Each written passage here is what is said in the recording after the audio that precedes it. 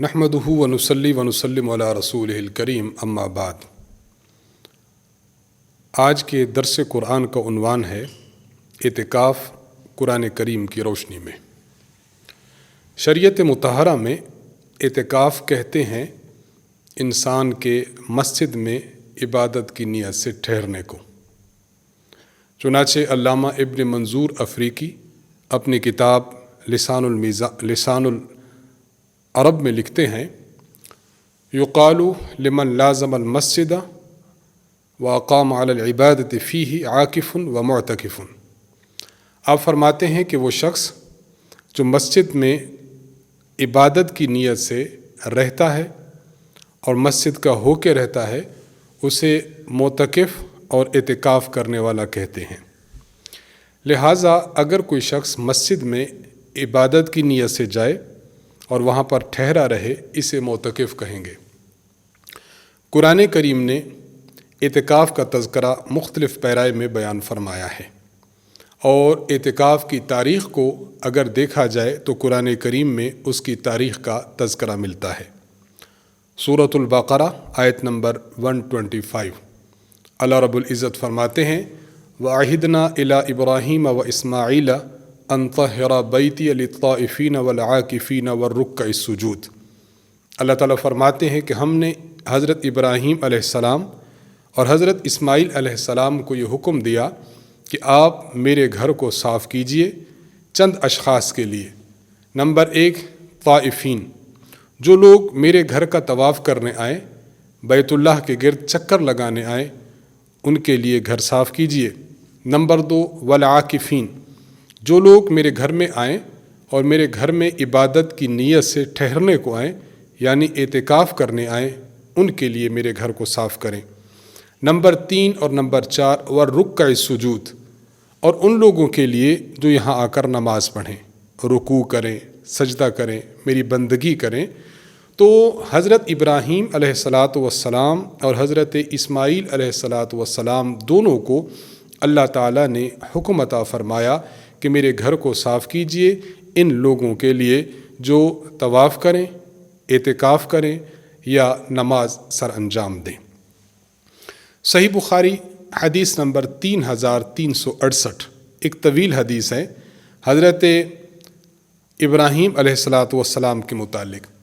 ابراہیم علیہ السلام معمول مقرر تھا، آپ اس معمول کے مطابق اپنی بیوی حضرت ہاجرہ اور اپنے بیٹے حضرت اسماعیل کو ملنے کے لیے بیت اللہ یعنی مکہ مکرمہ تشریف لاتے۔ ایک بار آپ تشریف لائے تو دیکھا کہ آپ کا ہونہار بیٹا تیر بنا رہا ہے اور ایک درخت کے نیچے بیٹھا ہے۔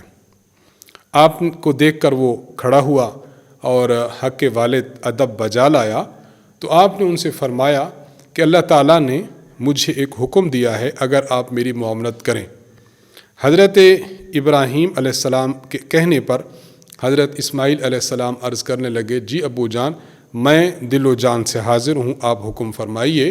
تو حضرت ابراہیم علیہ السلام نے حضرت اسماعیل علیہ السلام کو فرمایا کہ اللہ تعالیٰ نے مجھے حکم فرمایا ہے کہ یہ جو سامنے ٹیلا ہے، اشارہ کیا آپ نے ایک ٹیلا کی جانب، کہ یہاں پر میں اللہ کا گھر بناؤں۔ چنانچہ اللہ تعالیٰ نے ابراہیم علیہ السلام کو بیت اللہ کی بنیادوں کی اطلاع دے دی۔ ابراہیم علیہ السلام نے بنیادیں کھودیں تو بنیادیں نکل آئیں۔ حضرت اسماعیل علیہ السلام آپ کے معاون ہوئے، مستری کا کام ابراہیم علیہ السلام کرتے رہے اور پتھر لانے کا کام حضرت اسماعیل علیہ السلام کرتے رہے۔ گویا حضرت اسماعیل اور حضرت ابراہیم علیہ السلام ان دونوں نے کعبۃ اللہ کو تعمیر فرمایا، تو تعمیر کے اہم ترین مقاصد میں سے ایک مقصد بیت اللہ میں اعتکاف کرنا بھی ہے۔ اس سے یہ بات بخوبی ثابت ہوتی ہے کہ جس طرح طواف کرنے والوں کی خدمت کرنا اور ان کے لیے مطاف کو صاف رکھنا، اسی طرح نماز پڑھنے والوں کے لیے مسجد کو تیار کرنا، یہ بہت بڑی خدمت اور بہت عظیم جذبہ ہے۔ بالکل اسی طرح اعتکاف کرنے والے لوگوں کے لیے مسجد کو بارونق بنانا، مسجد کی پاکیزگی، مسجد کی صفائی ستھرائی کا خیال رکھنا، یہ بھی بہت بڑی عظیم عبادت ہے جو اللہ تعالیٰ نے دو انبیاء علیہمُ السلام کے ذریعے سے امت کو سمجھائی ہے کہ جو لوگ مسجد میں بیٹھیں اعتکاف کی غرض سے تو ان کی خدمت کرنا یہ معمولی بات نہیں ہے، بہت عظیم الشان بات ہے۔ اعتکاف کی احناف کے ہاں 3 قسمیں ہیں۔ نمبر 1 اعتکاف واجب، نمبر 2 اعتکاف مسنون، نمبر 3 اعتکاف نفل۔ اعتکاف واجب یہ ہے کہ کوئی شخص یہ کہتا ہے، مثلا نظر مانتا ہے کہ اگر میرا فلاں کام ہو گیا تو میں اتنے دنوں کا اعتکاف مسجد میں بیٹھوں گا، یہ اعتکاف واجب ہے۔ یا اس کے علاوہ کوئی نظر نہ مانی، ویسے کہا کہ میں اللہ کی رضا کے لیے اتنے دنوں کا اعتکاف کروں گا، اتنے دنوں کا اعتکاف میرے ذمہ ہے، تو اس سے اس بندے پر لازم ہو جاتا ہے کہ اتنے دنوں کا اعتکاف مسجد میں کرے۔ رمضان المقدس کے آخری عشرے کا اعتکاف، یہ اعتکاف مسنون ہے۔ 21ویں روزے کی شام مغرب سے شروع ہو کر چاند کے نظر آنے تک، شوال کے چاند کے نظر آنے تک یہ اعتکاف ہے، اعتکاف مسنون۔ اور اعتکاف نفل یہ ہے کہ انسان جب مسجد میں داخل ہو جائے، داخل ہوتے ہوئے نیت کر لے کہ میں اللہ کے گھر میں داخل ہو رہا ہوں اور اعتکاف کی نیت کرتا ہوں۔ وہاں پر جو نیک اعمال سر انجام دے گا ان اعمال کا ثواب تو ملتا رہے گا، ساتھ ساتھ عبادت کی غرض سے مسجد میں رہنے پر اعتکاف کا ثواب بھی اس شخص کے نامہ اعمال میں لکھا جاتا رہے گا۔ جو ہی یہ شخص مسجد سے باہر آئے گا اس وقت اس کا اعتکاف ختم ہو جائے گا۔ تو اعتکاف کی یہ 3 اقسام ہیں، اور اعتکاف کی تاریخ خود دور ابراہیم علیہ السلام، حضرت ابراہیم اور حضرت اسماعیل علیہ السلام، ان دونوں کے دور سے ہمیں سمجھ میں آتی ہے۔ اعتکاف میں انسان اللہ تعالیٰ کی رضا، خدا کی خوشنودی کو حاصل کرنے کے لیے مسجد میں جا کر، گویا ایک بندے نے اپنا پڑاؤ مسجد میں ڈال دیا کہ اے اللہ، اب میں آپ کی خدمت میں حاضر ہوں، آپ کے در پر پڑا ہوا ہوں، آپ ہی میری بخشش فرمائیے، مغفرت فرمائیے، میرے گناہوں کو معاف فرمائیے۔ دنیا کا ایک دستور ہے، اگر کوئی چھوٹا اپنے بڑے کے پاس جائے اور جا کر بیٹھ جائے کہ بس میں اب آپ کی خدمت میں حاضر ہوں، بس میرا کام کر دیجئے، تو بڑا اپنے ایک عظیم منصب کا خیال رکھتے ہوئے اس چھوٹے کو خوش کرتا ہے اور اس کا کام کر دیتا ہے۔ اللہ تبارک و تعالیٰ پوری کی پوری کائنات کے خالق اور مالک ہیں۔ جب بندہ اللہ کے گھر میں داخل ہوتا ہے اور اس نیت کے ساتھ جاتا ہے کہ بس میں اللہ کے در کا ہو کے رہا، میں اللہ کی خدمت میں حاضر ہوں، اللہ مجھ پر شفقت فرماتے ہوئے، کرم فرماتے ہوئے، مہربانی فرماتے ہوئے میرے گناہوں کو بخش دیجئے، حاجات کو پورا کیجئے، مغفرت فرما دیجئے اور جہنم سے آزادی کا پروانہ دے دیجئے، تو یقین ہے اور کلیتاً یقین ہے کہ اللہ رب العزت اس گڑ گڑانے والے شخص کو اور اپنے دربار کی طرف آنے والے شخص کو معاف فرما دیں گے۔ تو اعتکاف کا مقصود یہی ہے کہ انسان اللہ تعالیٰ کے دربار میں جائے، اللہ تعالیٰ کے گھر میں بیٹھے اور اپنے گناہوں کی مغفرت کا طلبگار ہو جائے اور گناہوں کی معافی خدا تعالیٰ سے مانگے۔ ایک عظیم شاعر گزرے ہیں، انہوں نے ایک مقصد بیان کیا کہ کسی کے در پر یعنی اللہ کے در پر انسان جائے تو پھر انسان کو کس طرح مانگنا چاہیے۔ آپ فرماتے ہیں، مالی سوا قرعیل بابک حیلۃ فلئن رددت فأی باب اقرع۔ فرماتے ہیں کہ میں آپ کے گھر کے علاوہ، آپ کے دروازے کے علاوہ اور کون سا دروازہ ہے جس کو میں کھٹکھٹاؤں۔ فلئن رددت فأی باب اقرع، اگر میں آپ کے دروازے سے آج تھتکارا گیا، مجھے آپ کے دروازے سے خالی ہاتھ بھیجا گیا، تو مجھے بتائیے کہ میں اور کس کے در پر جاؤں گا۔ یہی جذبات، یہی نیت، یہی خیالات انسان اللہ کے دربار میں لے کر جائے کہ یا اللہ، میں تو اب دنیا کے دھندوں سے، دنیا کے کاروبار سے، شب و روز کی مصروفیت تمام تر ترک کر کے آپ کے دربار میں، آپ کے گھر میں اور آپ کی بارگاہ میں آ چکا ہوں۔ یا اللہ، اب میرے گناہوں کو معاف فرمائیے اور رحمت کے برکتوں کے پروانے میرے نام پر جاری کیجیے۔ تو کچھ بعید نہیں انسان گڑ گڑائے اور اللہ تعالیٰ اس کو نہ دے، ایسی بات نہیں ہے۔ قرآن کریم نے مسجد کے مقاصد میں سے ایک مقصد یہ بھی بیان فرمایا کہ اللہ کے گھر میں آیا جائے اور وہاں پر عبادت کی نیت سے ٹھہرا جائے۔ سورۃ البقرہ آیت نمبر 187، اس آیت اور اس آیت سے پیچھے اللہ تبارک و تعالیٰ نے تذکرہ فرمایا ابتدائے اسلام میں ایک ایسی بات، دو باتیں ایسی ہوا کرتی تھیں، احادیث مبارک میں صحیح بخاری کی حدیث ہے، مثلا غروب آفتاب پر روزہ افطار ہوتا تھا، افطاری کے بعد کھانا پینا اور بیوی سے قربت یہ جائز ہوتی تھی۔ ہاں اگر کوئی شخص اس دوران سو جائے تو سونے سے کھانا پینا اور بیوی کے ساتھ قربت یہ حرام ہو جاتے تھے۔ گویا نیند آخری حد تھی انسان کے سحری کی۔ اب ایک صحابی ایسے تھے کہ جو دن کو کام کرتے رہے، تھکے ماندے آئے، جب گھر آئے تو کھانے کو کچھ نہیں تھا۔ حضرت قیس رضی اللہ عنہ ان کا نام ہے، اپنی بیوی سے فرمایا کہ میرے لیے جلدی سے کھانا تیار کرو۔ بیوی کھانا تیار کر کے لائی تو آپ اٹھے تو اس وقت بیوی آئی اور دیکھا کہ آپ تھکاوٹ کی وجہ سے سو چکے تھے۔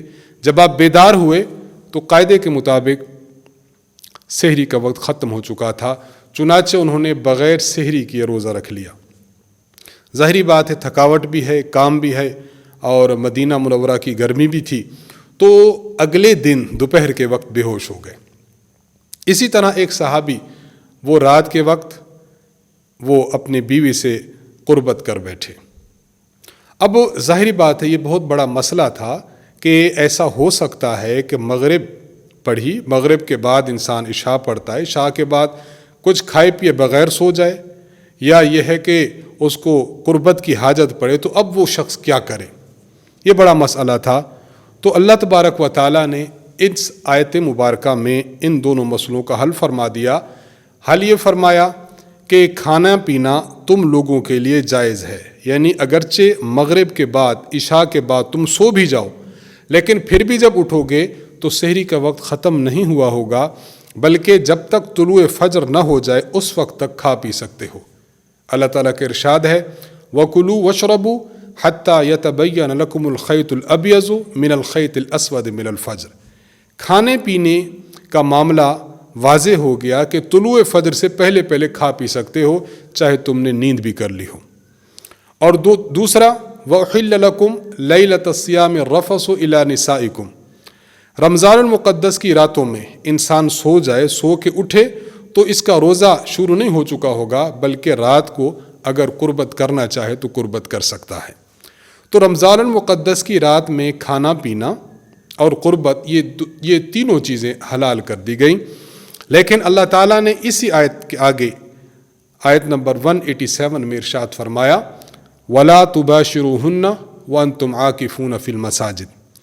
کھانے پینے کے معاملے میں رات میں تو ڈھیل دی گئی ہے کہ کھا پی سکتے ہو، لیکن اگر انسان مسجد میں اعتکاف بیٹھا ہے، اعتکاف سے باہر آتا ہے، مثلا کسی ضرورت کے تحت یا گھر میں کھانا لینے کے لیے کسی ضرورت کے تحت آیا، تو اب اعتکاف کی حالت میں بیوی سے قربت کرنا جائز نہیں ہے۔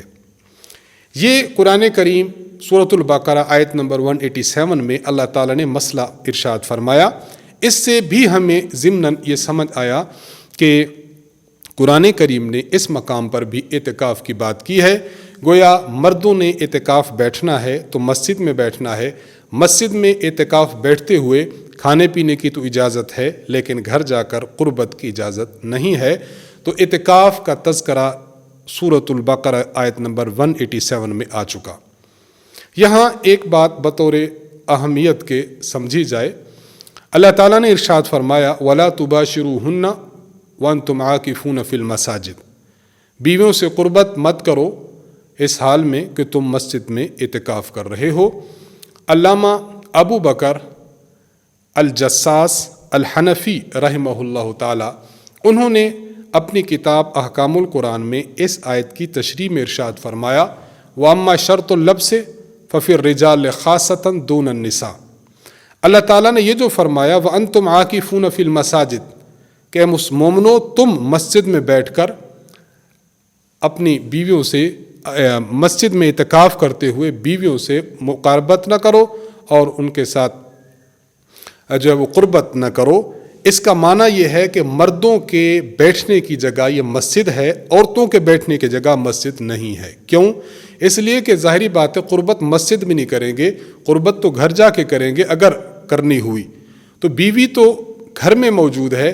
اس کا معنی اللہ فرما رہے ہیں کوئی قربت نہ کرو، یعنی مسجد سے اٹھ کر اپنے گھروں میں نہ جاؤ، تو بیوی یہ گھر میں ہوگی، مرد مسجد میں ہوگا۔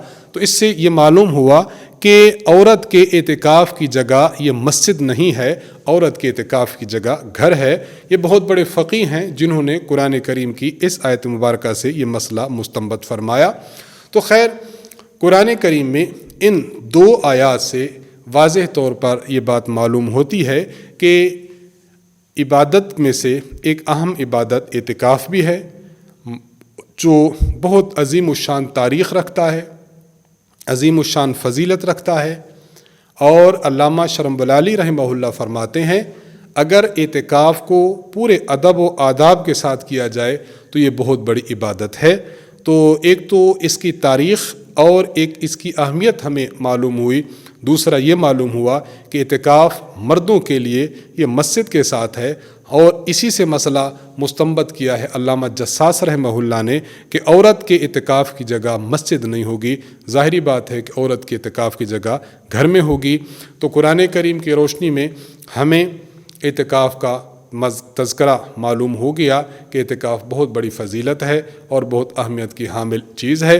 اللہ تبارک و تعالیٰ سے دعا ہے کہ اللہ تعالیٰ ہمیں اعتکاف کرنے کی توفیق عطا فرمائے، اس کی اہمیت کو، اس کی فضیلت کو جاننے کی توفیق عطا فرمائے، اور اللہ تبارک و تعالیٰ ہمیں یہ توفیق دے کہ ہم اعتکاف بیٹھیں تو اللہ تبارک و تعالیٰ کے دربار میں خدا تعالیٰ کے حضور مناجات کریں، اپنے گناہوں کی معافی مانگیں، اور پوری امت مسلمہ کے لیے دعا کریں کہ اللہ تعالیٰ تمام امت مسلمہ پر اپنا خصوصی فضل و کرم فرمائے۔ وآخر دعوانا ان الحمد للہ رب العالمین۔